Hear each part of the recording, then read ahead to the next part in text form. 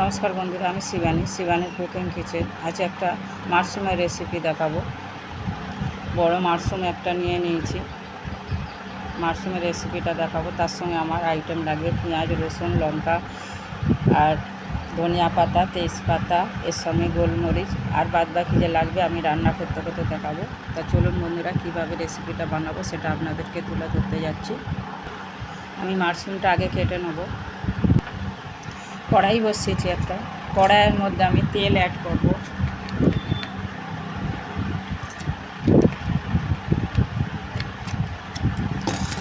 তেলটা গরম হওয়া পর্যন্ত ওয়েট করব। এর মধ্যে আমি পেঁয়াজ দেবো, রসুন দেবো, দিয়ে একটু নাড়াচাড়া করব। 5 মিনিট ওয়েট করব। 5 মিনিট পরে ফিরে এলাম বন্ধুরা। এর মধ্যে এবার আমি মাশরুম ঢালবো। মাশরুমটা দিয়ে আমি একটু ভালো করে নাড়াচাড়া করব। এর মধ্যে লবণ আর শুকনো লঙ্কার পাউডার অ্যাড করে দিলাম।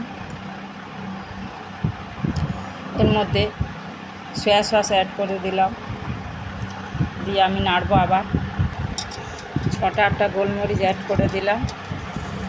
এর সঙ্গে লঙ্কা কিছু অ্যাড করে দিলাম,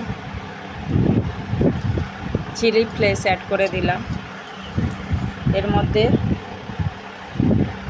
ধনে পাতা অ্যাড করে, এর মধ্যে ধনে পাতা যে বড় হাইব্রিড ধনে পাতা অ্যাড করে দিলাম। এরপরে আমি কিছু এমনি ধনে পাতা অ্যাড করে দিলাম, দিয়ে এরপরে আমি নাড়বো এটাকে ভালো করে। দেখুন আমার হয়ে গেছে। এরপরে আপনাদের একটু ঢেলে দেখাবো ভালো করে।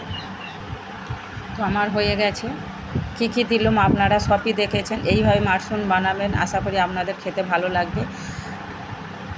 এই বলে আমার ভিডিও বন্ধ করছি। নমস্কার বন্ধুরা, খুব শর্টে আমি ভিডিও করে নিয়েছি, বিদায় নিচ্ছি।